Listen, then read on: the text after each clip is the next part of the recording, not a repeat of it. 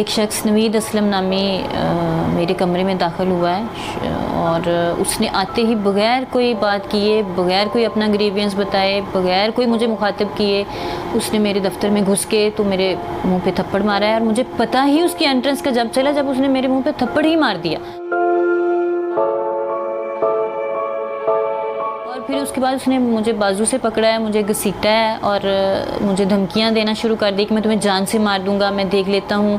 और वो बाकायदा दंदनाते हुए पूरे मेरे दफ्तर में ये कह रहा था कि मैं पीटीआई का वर्कर हूं, कोई मेरा कुछ नहीं कर सकता, मैं अभी बुज़दार साहब को फ़ोन करता हूं, मैं अभी तुम सबको उठवा दूंगा।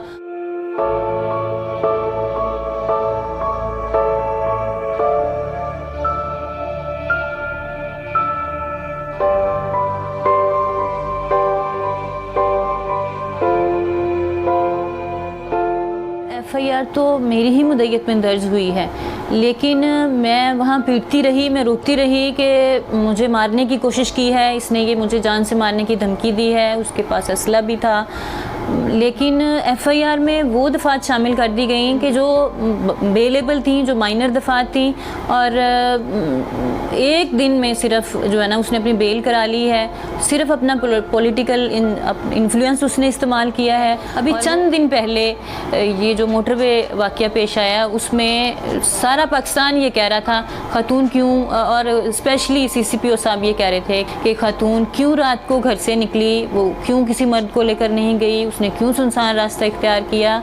तो मैं अपने ऑफिस में बैठी हूँ, अपने चैम्बर में बैठी हूँ, 100 लोगों के दरमियान में बैठी हूँ और दिन दिहाड़े एक शख्स मेरे दफ्तर में दाखिल हुआ, उसने गुंडागर्दी की, उसने मारा, उसने मेरी इज़्ज़त ख़राब की, उसने मुझे खींचा। लेकिन अगले दिन वो अपने घर है बेल के बाद। तो मैं बिल्कुल ऐसा नहीं समझती कि इस मुल्क में कोई खातून, चाहे वो अपने घर में है, चाहे वो अपने ऑफिस में है, चाहे वो सड़क पे है, बिल्कुल यहाँ कोई खातून महफूज नहीं है।